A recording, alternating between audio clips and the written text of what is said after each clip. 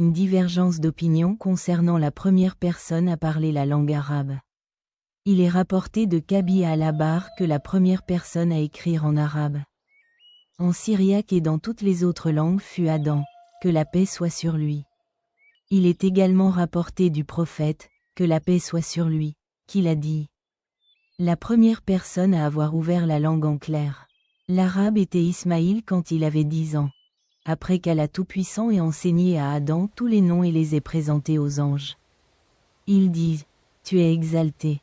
Nous n'avons de connaissance que ce que tu nous as enseigné. Lorsqu'on interroge quelqu'un sur quelque chose qu'il ne sait pas, il est obligatoire pour lui de dire.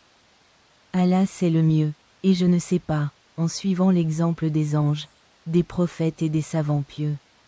Cependant, il a été informé par le véridique, le prophète, que lorsque les savants meurent, la connaissance est enlevée et les ignorants, cherchant des fatwas basés sur leurs opinions, s'égarant ainsi et égarant les autres.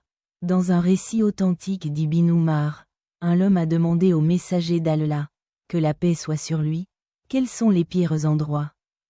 Le prophète a répondu, je ne sais pas jusqu'à ce que je demande à Gabriel. Il a demandé à Gabriel, qui a répondu, je ne sais pas jusqu'à ce que je demande à Michaël. Puis Michaël est venu et a dit, les meilleurs endroits sont les mosquées, et les pires sont les marchés. Al-Siddiq, Abou Bakr, a dit à la grand-mère. Retourne jusqu'à ce que je demande aux gens. Qu'est-ce que c'est, ô Amir al-Mouminin? Il répondit. Quand quelqu'un interroge les ouvriers sur quelque chose, il devrait dire. Allah sait mieux qu'il a fourni un homme sur une question. Et l'homme a répondu. Je n'en ai aucune connaissance. Quand l'homme partit, Ibn Umar dit. Comme sa réponse a été bonne. Sur lui a demandé, à propos de quelque chose qu'il ne savait pas, et il a dit. Je n'en ai aucune connaissance. Cela a été mentionné par l'imam al-Darimi dans son livre, Musna al-Darimi. Dans Sahih Muslim, il est rapporté d'Abu Akiyaya ibn al-Mutawakil, le compagnon de Buhaya, qui a dit « J'étais assis avec Al-Qasim ibn Ubaydullah et Yahya ibn Saïd. Yahya a dit à Al-Qasim « Ô Abu Muhammad, il n'est pas convenable pour quelqu'un comme toi, de grand statut, d'être entouré sur une quelconque question relative à cette religion et tu n'as aucune connaissance ni solution. Ni connaissance ni issue ?» Al-Qasim a répondu. « Pourquoi cela ?» Yahya dit. « Parce que tu es le fils de 2 imams guides, le petit-fils d'Abou Bakr et d'Oumar. » Lui dit Al-Qasim. « C'est plus inconvenant pour quelqu'un qui possède un intellect et est consciencieux. D'Allah pour parler sans connaissance ou pour puiser auprès de sources peu fiables. » Il est donc resté silencieux et n'a pas répondu. 13. Anas dit. J'ai entendu Ibn Urmu dire. Il est approprié pour un érudit de transmettre après lui à ses compagnons. Je ne le sais pas jusqu'à ce que cela devienne une fondation entre leurs mains. Alors quand l'un d'eux, lorsqu'on lui pose des questions sur quelque chose qu'il ne sait pas, il répond. Je ne sais pas. Al-Haytham ibn Jamil a mentionné que Malik ibn Anas avait été concentré sur 48 sujets. Et il a répondu, je ne sais pas, sur 32 d'entre eux. Et la même chose a choisi de s'appliquer à de nombreux compagnons, successeurs et juristes musulmans. J'ai dit, c'était à l'époque de Malik, alors qu'en est-il à notre époque actuelle? Qui est rempli de corruption, où la recherche de la connaissance est poursuivie pour le leadership, non pas pour comprendre, mais pour apparaître dans ce monde et surpasser ses pairs à travers l'argumentation et les disputes qui endurcissent le cœur et engendrent le ressentiment, conduisant à un manque de piété et de crainte d'Allah. La dot des femmes dépasse 40 onces, même si elle est la fille de Talaba, c'est-à-dire d'Ibn al-Harith. Celui qui dépasse, son excédent sera déposé dans le trésor. Alors une femme parmi les femmes se leva et dit, « Qu'est-ce que c'est pour toi ?» Il a demandé, « Pourquoi ?» Elle a répondu, « Parce qu'Allah, le Tout-Puissant, a dit, et vous avez donné à l'un d'eux une grande somme, en cadeau, ne lui reprenez rien, en Isa 20. Oumar a dit, une femme a atteint le but, tandis qu'un homme l'a raté. L'ordre d'Allah aux anges de se prosterner devant Adam, que la paix soit sur lui. Allah, le Très-Haut, a ordonné aux anges de se prosterner devant Adam, que la paix soit sur lui, comme il l'a déclaré dans le Coran. Et, mentionné, quand nous avons dit aux anges, prosternez-vous devant Adam. Ils se sont donc prosternés, sauf Iblis. Il a refusé et s'est arrogant et est devenu un mécréant. Sourate Al-Baqarah, 34 ans, l'ordre donné aux anges de se prosterner devant Adam était un acte d'honneur et de respect. Et c'était une prosternation spécifique pour Adam seul. C'était une obéissance au commandement d'Allah, et il n'est pas permis de se prosterner devant quelqu'un d'autre qu'Allah de toute la création. Certains savants étaient d'avis que cette prosternation était permise jusqu'à l'époque du prophète Jacob, Yacoub, que la paix soit sur lui, comme l'indique le verset, et il éleva ses parents sur le trône. Et ils se prosternèrent devant lui. 1. Tafsir al-Qurtubi, l'interprétation du Saint-Coran, vol. 1. Page 216. 2. Tafsir al-Qurtubi, l'interprétation du Saint-Coran, vol. 1. p. 217. 3. Tafsir al-Qurtubi, l'interprétation du Saint-Coran, vol. 1. p. 221.14. Sourate Youssouf, 100, qui était le dernier cas où la prosternation devant un humain était autorisée. L'opinion majoritaire, cependant, est que la prosternation devant quelqu'un d'autre qu'Allah était autorisée jusqu'à l'époque du prophète Muhammad, que la paix soit sur lui. Les compagnons du prophète se sont un jour prosternés devant lui à son arrivée à Médine, et il leur a dit de ne pas le faire, soulignant que la prosternation devait être exclusivement réservée à Allah.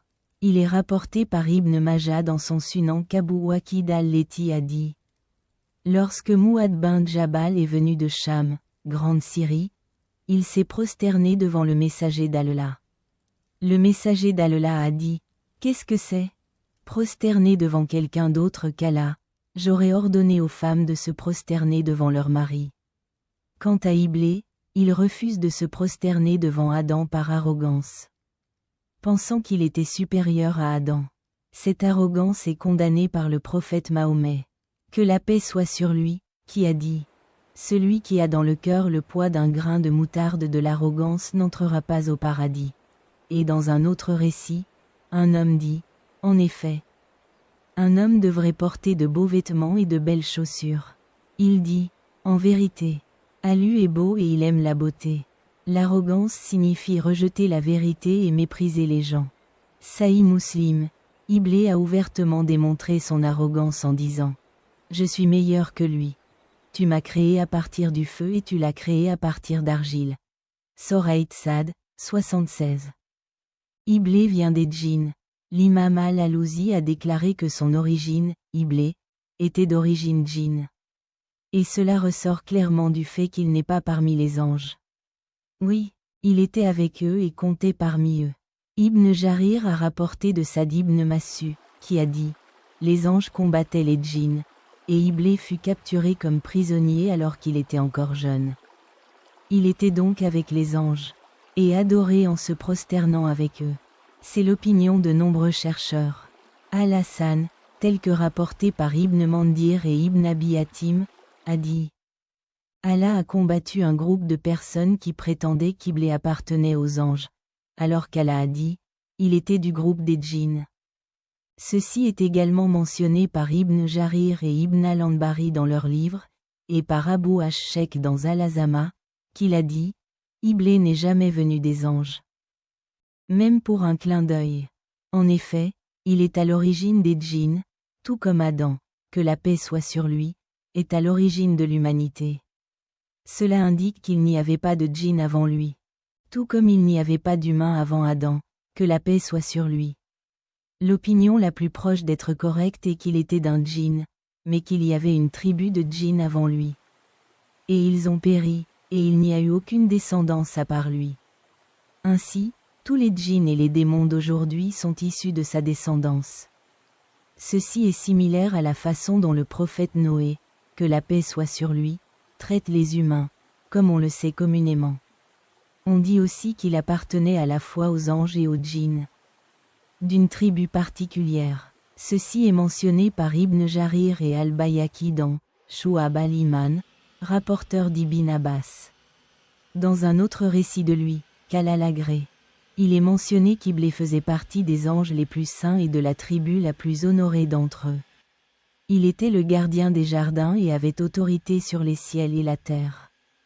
Il se considérait comme ayant une grandeur et un honneur supérieurs à ceux des habitants des cieux, et il développa en lui une arrogance que personne ne connaît à part Allah.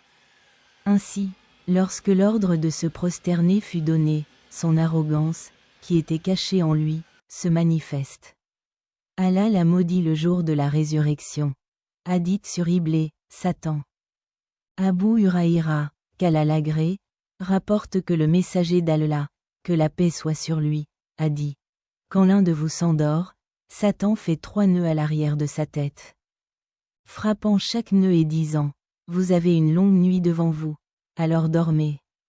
S'il se réveille et se souvient d'Allah, un nœud est défait. S'il fait ses ablutions, un autre nœud est fait. S'il prie, tous les nœuds sont défaits et il se réveille énergique et de bonne humeur, sinon il se réveille paresseux et avec une âme méchante. Explication de Sahih al-Bukhari par Al-Kastalani. Vol 5. P. Abdullah bin Mas'ud, qu'Allah l'agréé, a rapporté que le prophète, que la paix soit sur lui, a mentionné un homme qui a dormi jusqu'au matin, et il a dit: cet homme était sous l'influence de Satan dans ses oreilles. Explication de Sahih al-Bukhari par Al-Kastalani. Vol 5. P. 292. Abba, qu'Allah les agrée tous les deux, rapporte que le prophète, que la paix soit sur lui, a dit: quand l'un de vous s'approche de son épouse et lui dit: au nom d'Allah, ô Allah, éloigne de nous Satan et éloigne Satan de ce que tu nous donnes, alors si Allah décrète 1. Explication de Sahih al-Bukhari par Al-Kastalani.